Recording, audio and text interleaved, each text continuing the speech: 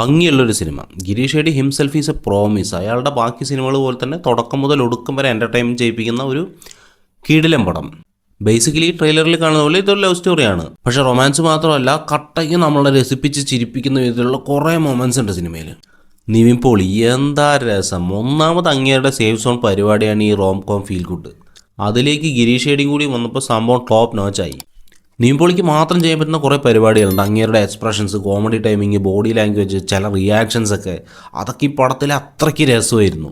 നിവിൻ പോളിയുടെ ഈ പടത്തിലുള്ള പെർഫോമൻസ് പറയുന്നത് ആളൊരു എഫേർട്ട് എടുത്ത് ചെയ്യുന്നേ തോന്നാത്ത വിധത്തിൽ ഭയങ്കര സിമ്പിളായിട്ട് ചില സാധനങ്ങൾ കൊണ്ട് ചെയ്തു പോകും. പക്ഷെ അത് അത്രയ്ക്ക് എഫക്റ്റീവായിരുന്നു. അതേപോലെ തന്നെ മമിത 2026 മമിതയുടെ വർഷം എന്ന് പറയാം. ചെയ്ത എല്ലാ വേഷവും ശ്രദ്ധിക്കപ്പെട്ടിട്ടുണ്ട്. അതേപോലെ കിഡിലിനൊരു പെർഫോമൻസാണ് ഈ പടത്തിലും. വളരെ സിമ്പിളായിട്ട് നാച്ചുറലായിട്ട് അത്ര ഭംഗിയിൽ ചെയ്തു വെച്ചിട്ടുണ്ട്. നമ്മുടെ നെയ്ബർഹുഡിലൊക്കെ കാണുന്ന ഒരു പെൺകുട്ടിയെ കാണുന്ന അതേ ഫീലായിരുന്നു മമിതനെ കാണുമ്പോഴൊക്കെ. അതുകൊണ്ട് തന്നെ ആ ക്യാരക്ടറുമായിട്ട് നല്ല രീതിയിൽ കണക്ഷൻ കിട്ടും. പിന്നെ ഇവർ തമ്മിലുള്ള കെമിസ്ട്രി നല്ല രീതിയിൽ വർക്കൗട്ട് ആയിട്ടുണ്ട്. ഇവർ തമ്മിലുള്ള ഇൻട്രാക്ഷൻസൊക്കെ അത്രയ്ക്ക് നാച്ചുറലായിരുന്നു. അതുകൊണ്ട് തന്നെ റിലേഷൻഷിപ്പിൻ്റെ പ്രോഗ്രഷനൊക്കെ അത്രയ്ക്ക് ഓർഗാനിക്കായിട്ട് കാണാൻ തന്നെ നല്ല രസമുണ്ടായിരുന്നു. നിവിനും മമിതയെ പോലെ തന്നെ സ്ക്രീനിൽ വരുന്ന എല്ലാവരും അതൊരു സ്കോറിംഗ് ആയിരുന്നു. സംഗീത്, സുരേഷ് കൃഷ്ണ, വിനയ് ഫോർട്ട്, ശ്യാം മോഹൻ, സൃന്ദ, മീനാക്ഷി, വിനീത് വിശ്വം തുടങ്ങി വലിയൊരു സ്റ്റാർ കാസ്റ്റ് എല്ലാവരും കിടിലനായിരുന്നു.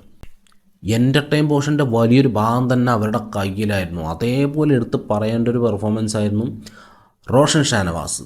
അങ്ങേരെ സ്ക്രീനിൽ കാണിക്കുമ്പോഴൊക്കെ സീന് തൂക്കിയിട്ടുണ്ട്. ആളുടെ ഒരു ക്യാരക്ടറിൻ്റെ മൊത്തം ട്രാക്കും അത്രയ്ക്ക് കിടിലനായിരുന്നു. പിന്നെ റൈറ്റിംഗ്, ഗിരീഷ് ഷെഡിയും കിരൺ ജോസിയും അവരുടെ എഴുത്ത് എടുത്തു പറയണം. കാരണം സിനിമയിലെ ഓരോ സീനും അത്രയ്ക്ക് റിലേറ്റബിൾ ആയിരുന്നു.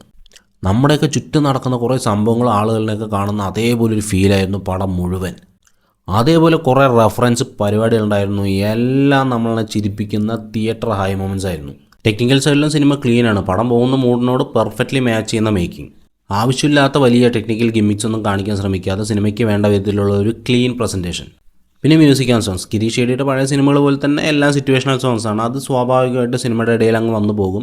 ആ പാട്ടുകളൊക്കെ സിനിമയുടെ മൂഡിനെ നല്ല രീതിയിൽ എൻഹാൻസ് ചെയ്യുകയും ചെയ്യും. അതേപോലെ തന്നെ ഇതിലും നല്ല രീതിയിൽ വർക്കൗട്ട് ആയിട്ടുണ്ട്. മൊത്തത്തിൽ പറഞ്ഞാൽ ഭംഗിയുള്ളൊരു ഫീൽ ഗുഡ് ഓണം വിന്നർ. നിങ്ങൾ കുടുംബത്തിൻ്റെ ഒപ്പം പോയാലും ഫ്രണ്ട്സിൻ്റെ ഒപ്പം പോയാലും ധൈര്യത്തിൽ തിയേറ്ററിൽ തന്നെ പോയി കാണണം. അത്രയ്ക്ക് നല്ല ഫീൽ ഗുഡ് എക്സ്പീരിയൻസ് ആയിരിക്കും. അപ്പോൾ നിങ്ങൾ സിനിമ കണ്ടിട്ടുണ്ടെങ്കിൽ നിങ്ങളുടെ അഭിപ്രായം കമൻറ്റ് ചെയ്യുക. എൻ്റെ അഭിപ്രായമായിട്ട് ഞാൻ വീണ്ടും വരും. Until then keep watching good cinemas.